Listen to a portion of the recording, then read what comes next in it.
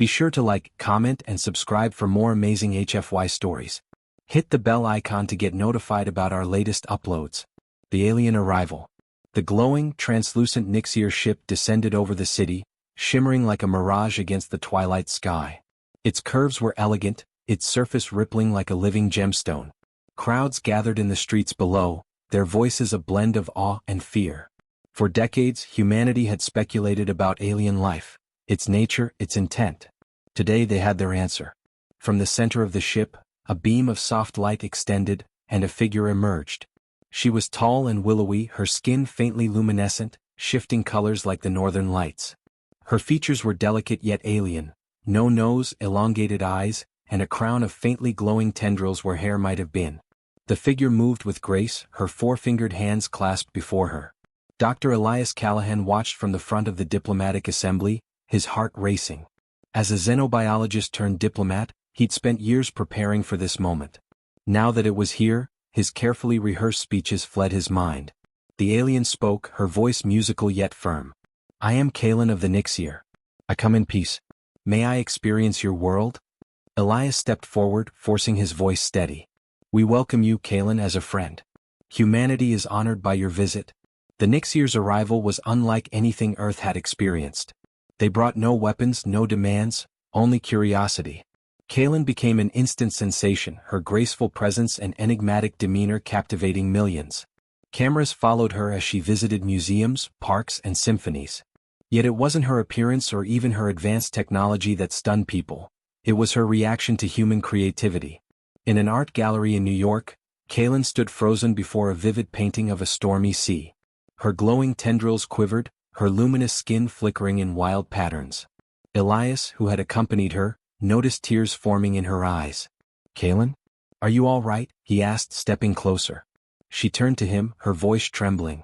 This image, it sings to me. It moves me in ways I cannot describe." She paused, her glowing tendrils dimming. "What is this feeling? This ache?" "It's called emotion," Elias explained, smiling. "That's what art does. It makes us feel." Over the next few weeks, Kalen immersed herself in human culture. She attended concerts, gasping as violins soared and drums thundered. She wandered through sculpture gardens, her fingers brushing against smooth marble. But as her fascination deepened, so did her struggle. One evening, as Elias showed her a collection of digital photographs, she suddenly clutched her chest, collapsing to the floor. Her glowing tendrils writhed, their light flickering erratically. "Kalen!" Elias shouted, rushing to her side. "What's happening?" Her voice was strained, barely a whisper. "I cannot control it. Your creations, they pull at me. They change me." Kalen's condition stabilized, but the incident raised questions among Earth's scientists. Tests revealed that human art and music triggered a physiological reaction in her, a surge of energy that disrupted her bioelectric field. "What does this mean?" Elias asked during a meeting with his team. Dr. Moreno, a neuroscientist, replied, "It's unprecedented. Kalen's species seems to resonate with emotional frequencies. Human creativity might be amplifying that resonance, overwhelming her system." Elias glanced at Kalen, who sat nearby, her luminous skin dim. "Kalen, does this happen with your own art? Do Nixier create anything like this?" She shook her head. "No. We abandoned such pursuits long ago. Art, emotion, they breed unpredictability. My people value order above all." Her voice softened. "But now I wonder, what have we lost?" Elias leaned forward. "Maybe that's why you're here, to rediscover it." Despite her struggles, Kalen's fascination with humanity only grew. She began sketching on paper, her movements hesitant but determined. Her drawings, though abstract, carried a strange beauty. Elias watched her one evening as she worked in the embassy garden. "You're a natural," he said, smiling. Kalen looked up, her tendrils glowing softly. Creating something from nothing. It fills the void inside me. But it also frightens me. I fear I will lose control again." "Sometimes losing control is part of being human," Elias said. "It's how we grow." Kalen studied him, her expression unreadable.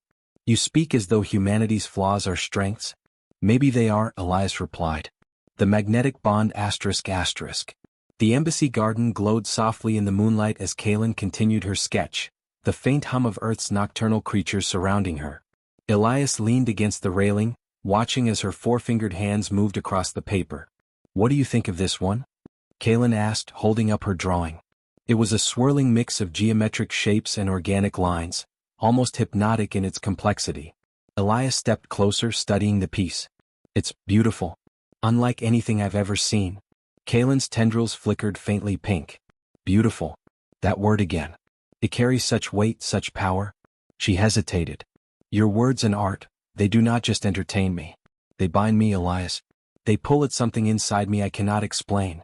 Elias nodded thoughtfully. Maybe it's because art is a reflection of emotion, and emotions are universal. Kaylin's glowing eyes fixed on him. Universal yet unique to you.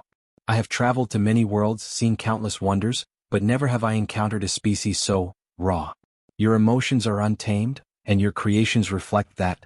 She hesitated again, her tendrils dimming. It frightens me. Elias stepped closer. Why does it frighten you? Kaylin looked down at her hands as though the answer lay within them. Because it changes me.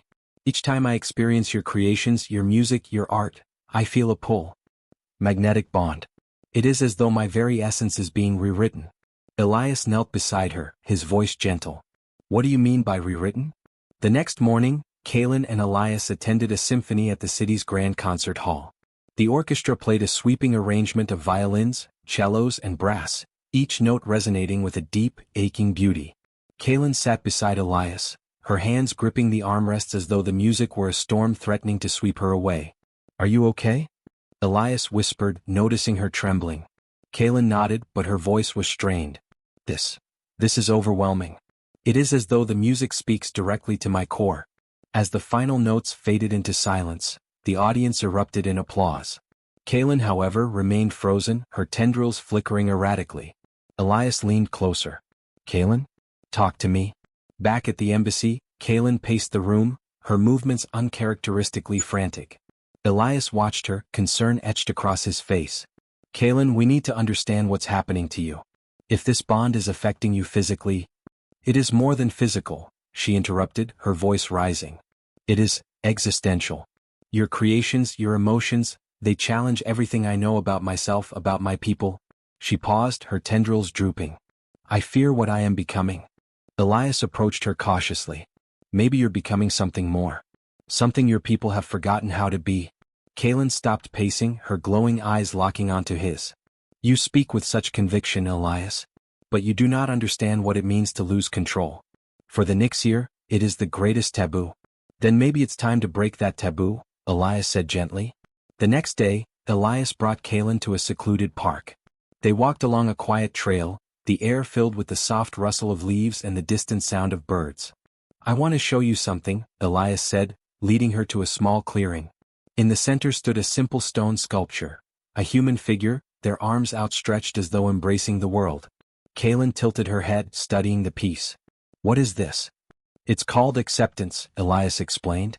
The artist made it after losing someone they loved. It's a symbol of letting go, of embracing change. Kaylin reached out, her fingers brushing the cool stone. Acceptance, a concept so foreign to my people. She closed her eyes, her tendrils glowing faintly. And yet, it resonates with me. Elias stepped closer. Kaylin, maybe that's the key. Acceptance. Not just of change but of yourself. She turned to him, her expression unreadable. You speak as though I am more human than Nixir. That evening, Kaylin stood before a mirror in her quarters, her glowing tendrils reflecting the soft light. She studied her reflection, searching for answers. The magnetic bond she felt with humanity was undeniable. It was not just the art or the music, it was the people. Their resilience, their passion, their ability to create beauty from chaos. It was a force unlike anything she had ever encountered, and it was changing her in ways she could not fully comprehend. As she traced her fingers along the edge of the mirror, a thought struck her. What if this bond was not a weakness but a bridge? What if her connection to humanity was not something to fear, but something to embrace? The following day, Kaylin approached Elias with a determined expression. I need your help, she said. Elias raised an eyebrow. With what? With understanding this bond, Kaylin replied. And with understanding myself? Elias smiled. Then let's get to work. A dark revelation ***. Kaylin's luminescent tendrils swayed faintly as she sat across from Elias in the embassy's quiet research room. Her sketches and notes were spread across the table, a testament to her growing fascination with human culture. Yet, her glow was subdued, her usually composed demeanor tinged with unease. "You've been quiet all morning," Elias said, studying her expression. "Something's on your mind?" Kaylin hesitated before answering. "Last night I accessed my ship's archives. I wanted to learn more about our history, why we abandoned art, why creativity is forbidden." She paused, her glowing eyes dimming. "What I found troubled me." Elias leaned forward, his curiosity piqued. "What did you find?" Kaylin exhaled, her voice low. "Long ago the Nixier were not as we are now. We were vibrant, emotional, and endlessly creative. But our art, our passions, they led to chaos. Wars were fought over ideas, civilizations collapsed under the weight of their ambitions. My ancestors decided that creativity was too dangerous, that it threatened the very fabric of our existence. So they just erased it?" Elias asked, incredulous. "They suppressed it," Kaylin corrected. "Through technology, through conditioning. Our emotions were dulled, our minds focused solely on logic and order. But now I see the cost of that decision.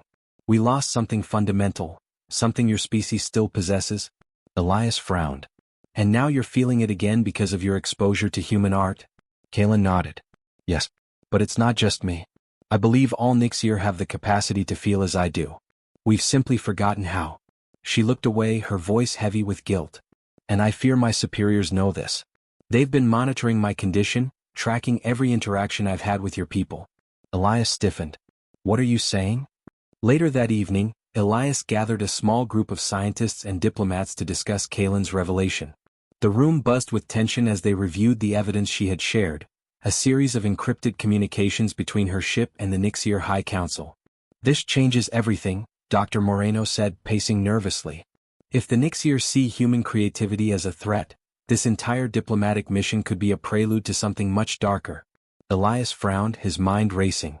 "Kaylin, do you think your people would go so far as to suppress us? To eliminate the threat entirely?"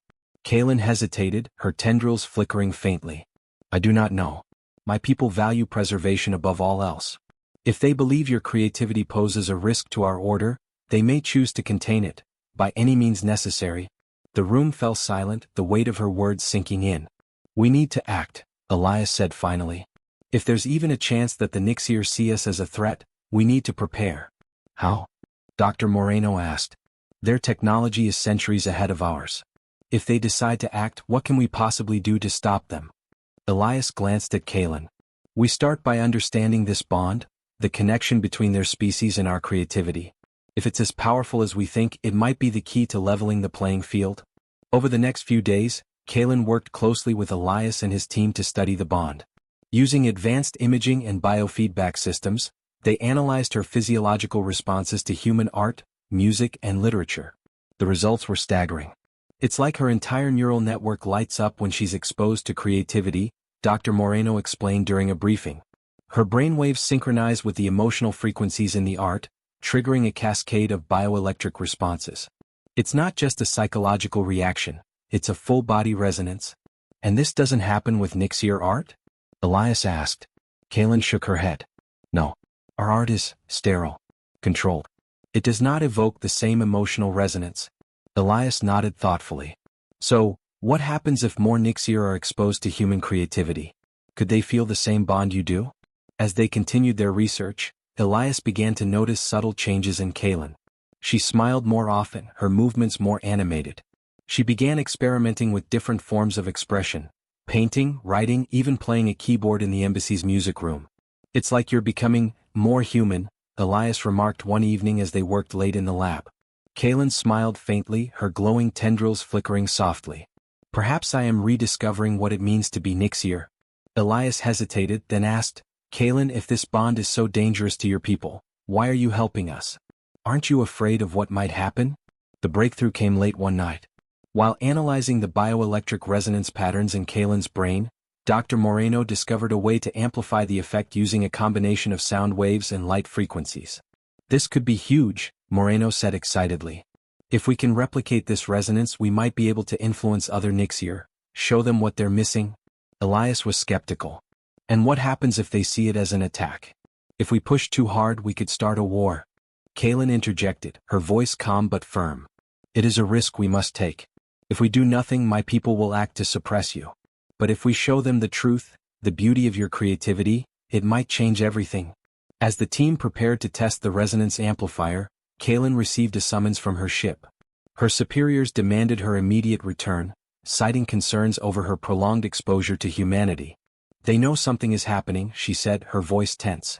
If I return now, they will silence me. Elias placed a reassuring hand on her shoulder. Then don't go. Stay here. Help us finish what we started. Kaylin hesitated, her tendrils flickering faintly.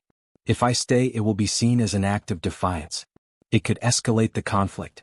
Or it could be the first step toward peace, Elias countered. As dawn broke over the city, Kaylin stood on the embassy balcony, watching the Nixier ship hover ominously in the sky.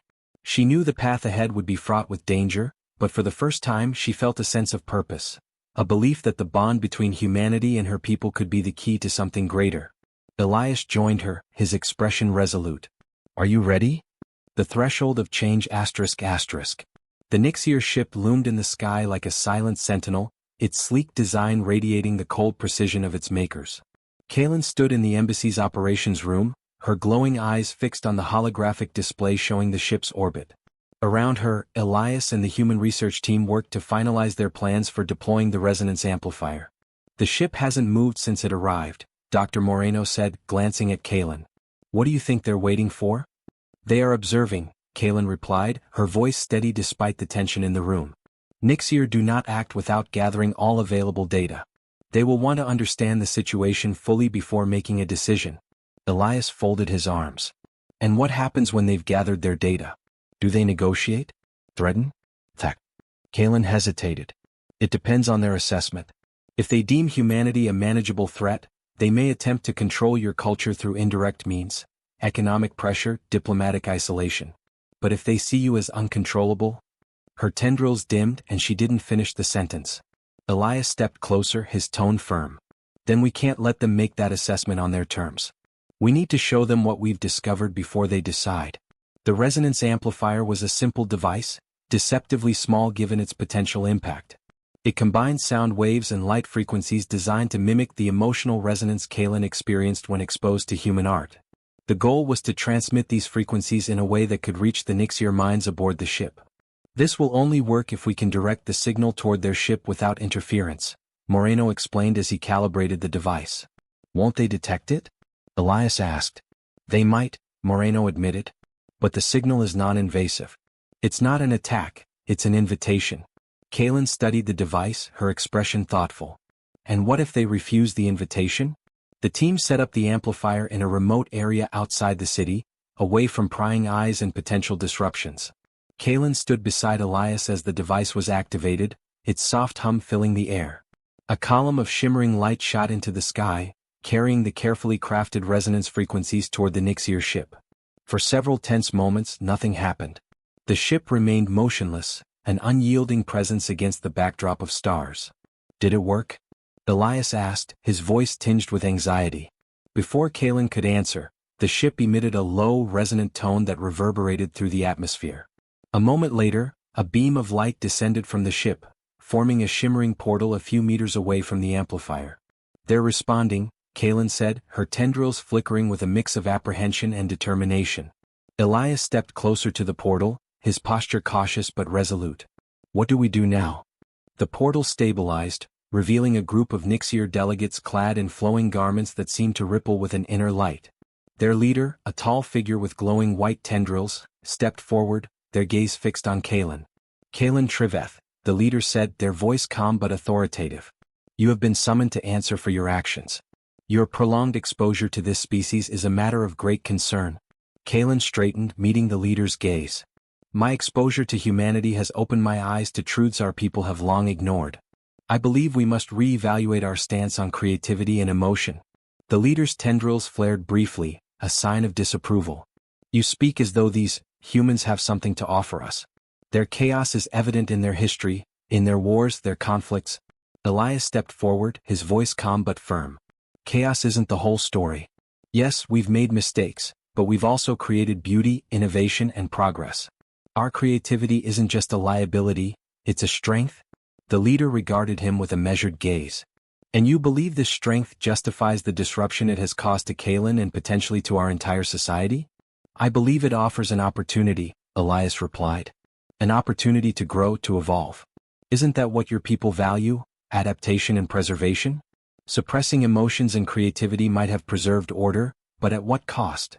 The delegates murmured among themselves, their tendrils flickering with subdued light. Kalen stepped forward, her voice unwavering. I have experienced this bond firsthand. It is not a threat, it is a bridge. Humanity has reminded me of what it means to feel, to create, to truly live. I believe our people have much to learn from them as they could from us. The leader's gaze softened slightly, though their tone remained guarded. Your words are compelling, Kalen. But belief alone is not enough. We require evidence. The resonance amplifier was activated once more, this time directed toward the Nixier delegates. As the light and sound enveloped them, the delegates' glowing tendrils began to pulse in intricate patterns, their expressions shifting from stoic neutrality to something far more profound. One delegate, a younger Nixier with golden tendrils, spoke first. This is unlike anything I have ever experienced. Another nodded, their voice tinged with wonder. It is as though the resonance speaks to a part of me I had forgotten existed. The leader remained silent, their glowing eyes fixed on the shimmering column of light.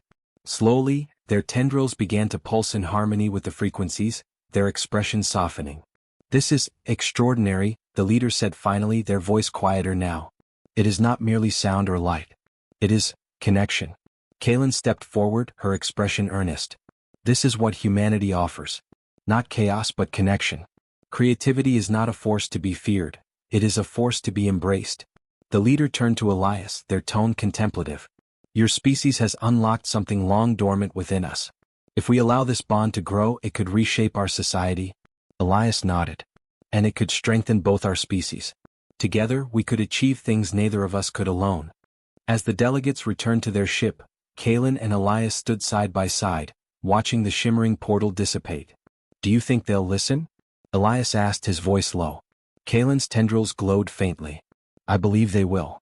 But change is never easy, especially for a species so entrenched in its ways. Elias smiled. Then it's a good thing we've got creativity on our side. A glimmer of hope ***. The Nixier ship departed shortly after the delegation returned through the portal. Its silent ascent left a vacuum of uncertainty among those who had witnessed the unprecedented exchange. Though there was no immediate hostility, neither was there a declaration of peace. The human diplomats and researchers could only wait and speculate on the Nixier's next move. Kalen, however, seemed transformed by the encounter. Her glowing tendrils shimmered with renewed intensity as she joined Elias on the embassy terrace that evening. They felt it, she said, her voice tinged with both relief and trepidation. The resonance reached them. I could see it in their eyes, in their reactions. For a moment they allowed themselves to feel. Elias nodded, his gaze fixed on the stars. That's a start. But do you think it's enough? Will they act on what they experienced, or will fear hold them back? Kalen hesitated, her luminescence dimming slightly. It is difficult to say. My people value control above all else. The idea of embracing something as unpredictable as creativity, it may take time for them to accept. Elias glanced at her, his expression thoughtful. Time is something we might not have. If their leaders decide humanity is too dangerous, they could act preemptively to suppress us, permanently. Over the next several days, the team worked tirelessly to refine the resonance amplifier. Kalen suggested modifications to make the signal more nuanced, incorporating elements of Nixier harmonics alongside human frequencies. This isn't just about transmitting creativity, she explained. It's about creating a dialogue, a resonance that bridges the gap between our species. Elias watched as she worked, marveling at how seamlessly she had integrated into their team. Her movements were more fluid, her expressions more animated. It was as though the bond had unlocked something within her, allowing her true self to shine through. Kalen, he said one evening as they worked late in the lab, do you ever wonder what your life would have been like if your people hadn't suppressed creativity? She paused, her glowing eyes thoughtful. I do. I wonder what we might have created, what we might have discovered. But I also understand why my ancestors made the choice they did. Emotion and creativity are powerful forces. Left unchecked, they can lead to great destruction, or great beauty. Elias nodded. And now you're trying to show them the beauty? Meanwhile, the Nixier ship's departure had not gone unnoticed. News of the alien visit spread rapidly, sparking both fascination and fear among the global populace. Governments scrambled to address the implications of the encounter, while the public speculated wildly about the Nixier's intentions. At the embassy, tensions ran high as reports surfaced of increased Nixier activity in nearby sectors. "They're moving ships into position," Dr. Moreno said grimly during a briefing. "If they decide to act, we'll have little warning." Elias frowned, his mind racing. "We need to find a way to accelerate this process. If we can convince more Nixier to embrace the bond, it could shift the balance in our favor." "But how?"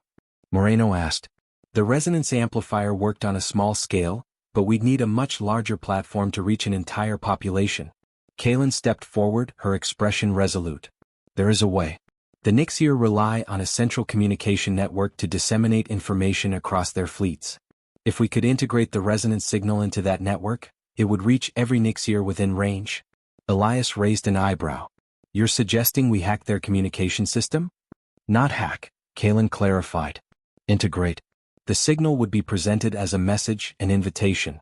It would be up to each individual Nixier to choose whether to engage with it." Moreno looked skeptical. "And you think they just accept that?" Kaylin nodded. "If framed correctly, yes. My people value knowledge and exploration. If the message is positioned as a discovery, an opportunity to understand humanity, they will be compelled to investigate." Elias considered her words, then nodded. "It's risky, but it might be our best shot. How do we get access to their network?" Kaylin hesitated. "We'll need to approach their ship directly. The network hub is heavily guarded, but I can guide you." Moreno shook his head. "That's a suicide mission. If they catch us, it could spark a war." Under the cover of darkness, Elias and Kaylin boarded a stealth shuttle bound for the Nixier ship. The small craft was equipped with advanced cloaking technology, allowing them to evade detection as they approached the massive vessel. Inside the ship, Kaylin guided Elias through a maze of corridors, her glowing tendrils flickering as she accessed hidden pathways and bypassed security protocols. "Are you sure about this?" Elias whispered as they approached the network hub. Kaylin nodded, her expression resolute. "If we succeed, it could change everything. If we fail," she hesitated, then added, "let us not fail." The hub was a sprawling chamber filled with glowing consoles and holographic displays. Kaylin moved quickly, her fingers dancing across the controls as she integrated the resonance signal into the network. "Hurry," Elias urged, glancing nervously at the entrance. "I am almost done," Kaylin replied, her voice calm despite the tension. Suddenly, an alarm blared, and the chamber was flooded with light. A squad of Nixier guards entered, their glowing eyes fixed on the intruders. Kaylin Triveth, the leader of the guard, said, their tone icy. "You have violated our most sacred protocols. Surrender immediately." Kaylin straightened, her tendrils glowing brightly. "I will not surrender. What I have done here is not an attack, it is a gift. I have given our people a chance to see the truth." The guards hesitated, clearly conflicted. Elias stepped forward, his voice firm. "Listen to her. What she's done isn't a threat. It's an invitation, to understand, to connect, to evolve." The guards exchanged uncertain glances, their tendrils flickering with subdued light. Before they could act, the network hub activated, broadcasting the resonance signal across the Nixier fleet. The chamber was filled with a cascade of light and sound, enveloping everyone present in its embrace. For a moment there was silence. Then one by one the guards lowered their weapons, their expressions shifting from hostility to wonder. This is incredible," the leader murmured, their glowing eyes wide. "I can feel it, the connection." As the signal spread across the fleet, reports began to flood in from Nixier ships. Crews described feelings of connection and clarity, a resonance that awakened something long dormant within them. Back on Earth, the embassy received a message from the Nixier High Council. It was simple yet profound. The dawn of unity ****. The Nixier response came sooner than anyone expected, the message glowing brightly across every screen in the embassy. The High Council had agreed to a summit, an official meeting with human diplomats and researchers. The invitation was unlike anything Kaylin or Elias had anticipated.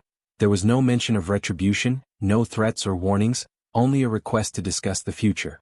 It was as if the Nixier were finally willing to face the truth Kaylin had shared with them. The embassy buzzed with activity as preparations for the summit began. Humans and Nixier alike scrambled to coordinate security, translators, and communication systems. In the midst of this flurry, Kaylin stood by the large observation window, her tendrils aglow with an uneasy mixture of excitement and concern. What do you think they want? Elias asked, walking up beside her. His voice was quieter than usual, his gaze fixed on the city below.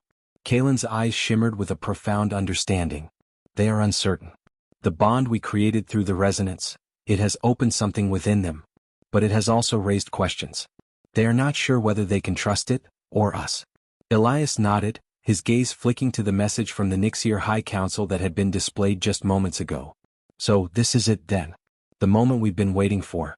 If we can prove ourselves, show them we're not a threat, we could secure peace. And change the course of both our civilizations, Kalen added, her voice carrying a weight that belied the hope in her eyes. But peace is not easily won. Even the smallest misstep could undo everything.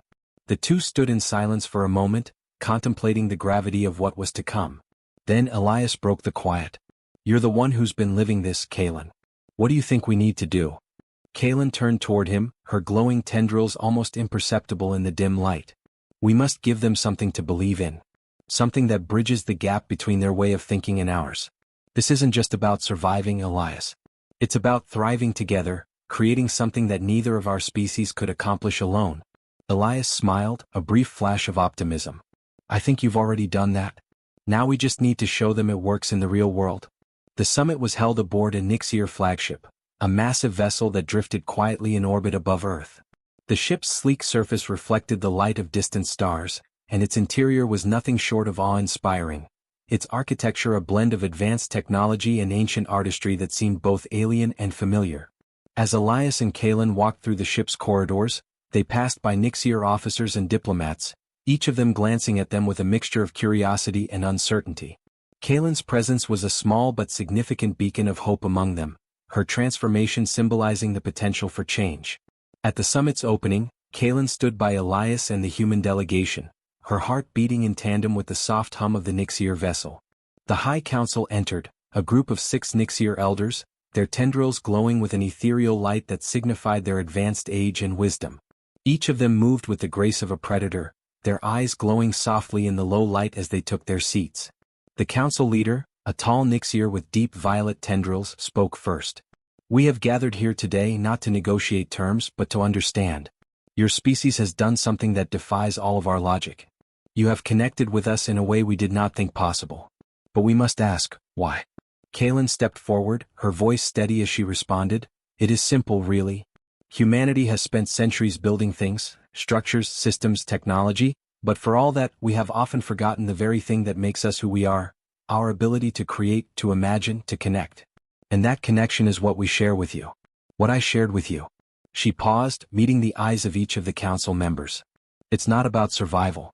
It's about the shared experience of being alive. It's about realizing that we are not alone in our potential to create. The council leader considered her words, his tendrils flickering slightly, a sign of contemplation. You speak of creation. But creation is unpredictable, volatile. It has the power to destroy as much as it does to build. How can we trust a species that embraces such uncertainty? Elias stood beside Kalen, his voice strong and clear. Because it's that very uncertainty that fuels us to do better. We've made mistakes, yes, but we've learned. We've evolved. And most importantly, we are willing to change. What you felt when the resonance signal reached you, it's not just a trick of the mind. It's a reflection of who we are. We can harness that creativity for peace, for growth, for mutual understanding. The Nixier Council seemed unmoved, but the younger members among them exchanged glances. The council leader's tendrils glowed faintly as he spoke again, his voice softer. You would have us believe that humanity can become something more than it has been? Yes, Kalen said, her voice resolute. I believe humanity has the potential for greatness. And I believe that by embracing what you felt in this moment, by opening yourselves to the beauty of creation and emotion, you too can evolve. There was a long silence in the room. The tension was palpable, the council elders seemingly locked in deep thought.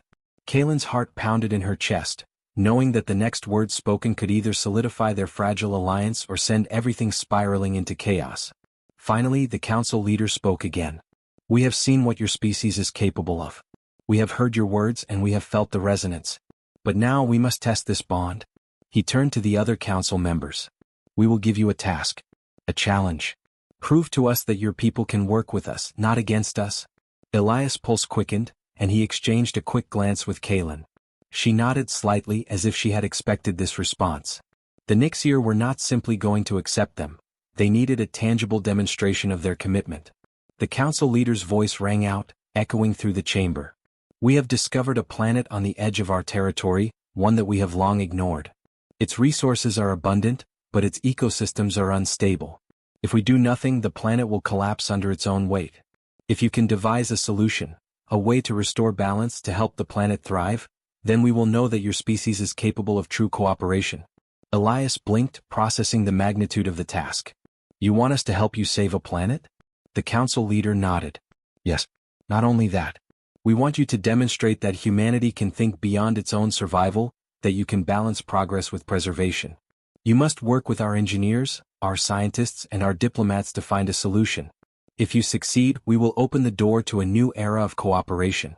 Kaylin stood tall, her tendrils flickering with renewed determination. We accept. We will not fail you. The council nodded in unison, a faint shimmer of approval passing through their ranks. As the summit concluded and the Nixier elders departed, Kaylin and Elias were left alone, the weight of the challenge settling in around them. I never thought they would give us this chance, Elias said quietly, his voice laced with disbelief. Kaylin's gaze softened. Neither did I. But this is our moment. We have to prove to them and to ourselves that we are ready for what comes next. Elias took a deep breath, feeling the weight of the task ahead. Let's not waste it. The bridge to tomorrow ***. The challenge the Nixier High Council had set before humanity was monumental. No one could deny that. It was more than just a test of intelligence or technological prowess, it was a test of heart, of empathy, and of the very thing that made humans unique: the ability to dream, to create, and to change the world for the better. The planet in question was a barren world on the fringe of Nixier space, its surface scarred by violent storms, volatile climates, and a collapsing ecosystem. The Nixier had studied it for centuries but had never found a viable solution. Its resources were rich, but any attempt to harness them had resulted in further destabilization of the fragile environment. It was a place on the edge of destruction, unless they could find a way to restore balance. Elias and Kaylin stood in the observation room of the Nixier flagship, gazing at the planet through the large transparent window. The sky was a swirling mass of violet and gray clouds, lightning crackling through the atmosphere. The planet's surface was a desolate landscape of cracked earth and barren deserts, with no sign of life anywhere. This is what we're up against, Elias said, his voice heavy with the weight of their task. If we fail here, I don't know if humanity will ever get another chance to prove itself. Kaylin's tendrils glowed softly, her expression calm but intense. This is more than a challenge.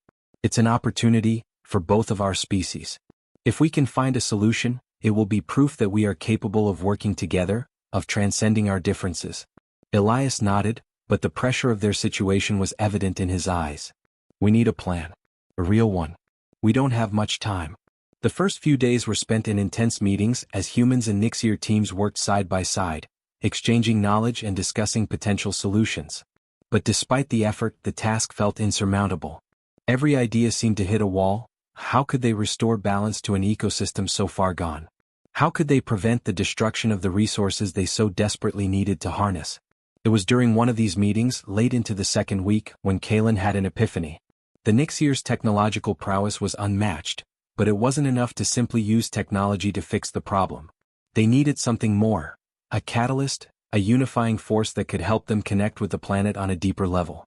We've been thinking about this all wrong, Kaylin said, her voice steady but filled with a sense of urgency. The planet is not just a collection of resources waiting to be exploited. It is a living entity just as much as you and I. We cannot simply treat it like a machine that can be fixed with tools. We need to approach this like a living, breathing organism. Elias turned to her, intrigued. What do you mean? Kaylin's eyes glowed brighter as she explained. We've been focused on technology, on machines that can restore the atmosphere or terraform the land. But what if we're missing something? What if the planet is waiting for us to understand it, to work with it in harmony, not just with technology, but with the same creativity and emotional resonance we've used to connect with each other? Her words echoed in the room, and for a moment there was silence. The human scientists and Nixier engineers exchanged skeptical glances, but Kaylin's conviction was palpable. Elias saw the spark in her eyes, the same passion that had driven her to defy her own people and seek out the resonance that now connected humanity and the Nixier. Are you saying we can use the resonance to heal the planet? Elias asked. Kaylin nodded. Yes. The resonance that exists between us, between humanity and the Nixir, it's more than just a connection. It's a force of creation. We can use it to communicate with the planet, to inspire it to regenerate, to encourage the ecosystems to find their natural balance again. It won't be easy and it won't happen overnight, but if we approach it as a shared, creative effort, we might just be able to spark the regeneration we need. Elias thought about it for a moment. The idea seemed far-fetched, even absurd. But then he remembered everything Kalen had told him, the power of creativity, of connection. The resonance had already changed the Nixir, opened them to new possibilities. Maybe it could do the same for a planet on the brink of destruction. The plan was set into motion. The human and Nixir teams worked together to construct a massive resonance amplifier, one that could project the combined emotional energy of both species across the planet's surface.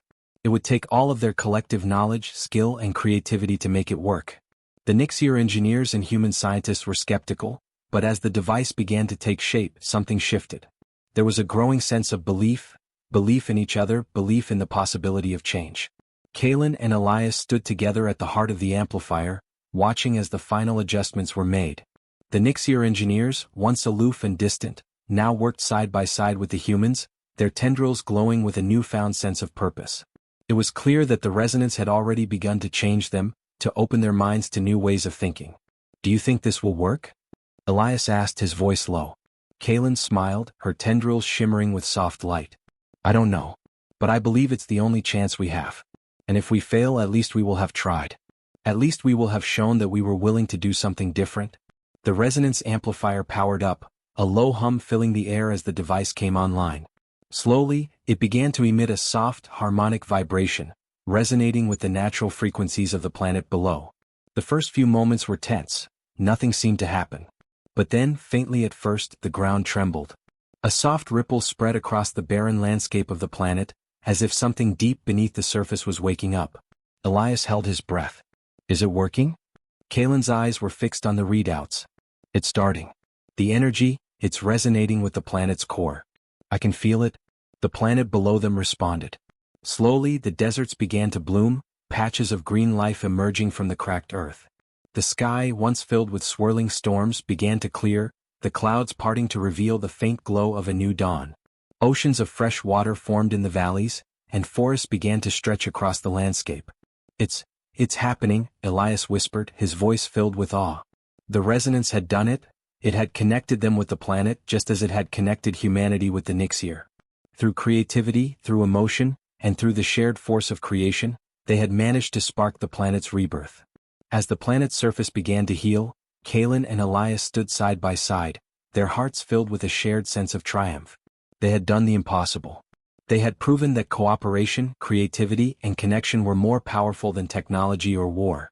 The planet beneath them, once a dying world of barren deserts and unstable ecosystems, was beginning to thrive. The resonance, the very force that had bridged the gap between humanity and the Nixir, had done more than just repair the damaged environment. It had sparked the planet's rebirth. And as the final hum of the resonance amplifier echoed through the ship, Elias and Kalen knew that this moment, this victory, would change everything. For the first time they could see the promise of a shared future, one where humans and Nixir would no longer be separate, isolated by their differences. Instead, they would unite under a common cause, the pursuit of creation, not destruction. The power of the resonance had shown them that this was possible. Elias felt a weight lift from his chest as he watched the once dead planet come alive before his eyes. The colors of vibrant green and blue began to stretch across the barren surface, flowing like veins of life through the cracked earth. Rivers flowed freely again, teeming with the possibility of growth and renewal. The skies cleared, the swirling storms dissipating as if the planet itself had decided to embrace the harmony they had created. "This is it," Elias whispered, unable to take his eyes off the scene unfolding before them. Kalen stood beside him, her tendrils aglow with a soft, ethereal light. Her expression was serene, but there was a quiet sense of awe in her eyes. She had always believed in the potential for unity, in the power of creative connection, but now she was witnessing it with her own eyes. "Yes," she said, her voice filled with wonder. "This is what we were meant to do. This is why the resonance was given to us." The Nixir engineers, standing behind them, exchanged looks of disbelief, but their faces softened as they saw the results of their combined efforts. The hum of the resonance had created something neither species had anticipated, a planetary transformation that was far beyond any technology they could have created alone. For the first time, the Nixier elders, who had remained distant and skeptical throughout the process, stood in quiet contemplation. They had spent millennia seeing their technology as the only true solution to their problems. But now, as the planet bloomed with life, they understood that there was more to existence than technology. There was the power of creation, of trust, and of emotional resonance, a connection that they could no longer deny. The Nixier leader, the one who had initially questioned humanity's ability to work alongside them, approached Kalen and Elias. His tendrils flickered with a deep violet hue, signifying a rare moment of humility. "What you have shown us today, it is beyond what we could have imagined," he said, his voice heavy with unspoken emotion. "We have lived with our technology for so long, believing it was the only path forward. But you have proven that there is another way, a way where our creations can work in harmony with the universe, not against it." Kalen met his gaze, her expression calm but filled with conviction. "This was never about us being better. It was about recognizing that we are all capable of creating, of healing, of building something new. We were simply waiting for the right moment to learn how to work together." Elias added, "Humanity has always had the drive to create, to reach for something beyond what we know. But we've often done so without considering the consequences. What we've done here today shows us that we can change, that we can work in harmony with nature instead of exploiting it. And together, humans and Nixier, we can go further than either of us could have ever gone alone." The Nixier leader's tendrils glowed brighter as he bowed his head slightly. "You have earned our trust. We will not forget this moment, nor the lesson we have learned. You have shown us that creation is not a solitary pursuit, but a shared effort. We will walk this path with you." In the days that followed, the Nixier and humans worked side by side, their combined efforts now focused on ensuring the long-term stability of the restored planet. They built new cities together, ones that blended Nixier technology with human innovation. The people of both species found new ways to connect, to create, and to share in the rebuilding of a world that had once seemed beyond hope. The resonance amplifier, the device that had sparked the planet's regeneration, was turned into a permanent fixture, a symbol of the shared power of creation. It was not just a tool but a beacon, a constant reminder of what could be achieved when two species chose to believe in the potential of one another. But the work didn't stop with the planet's healing. As time passed, new challenges arose. Both humans and Nixier began to question what their cooperation would mean in the grander scheme of things. Would they continue to stand together, united by the resonance, or would their differences eventually tear them apart? Kalen and Elias knew that the path ahead would not be without difficulty. The bond between their species was still fragile, and there would always be those who resisted change, who feared what they didn't understand. But they had made a choice, not just for themselves but for the future of both civilizations. They had chosen unity, chosen creation over destruction, and they would continue to work toward that future, no matter the obstacles. One evening, as the two of them stood together on a balcony overlooking the newly flourishing planet, Elias turned to Kalen, his eyes filled with a quiet determination.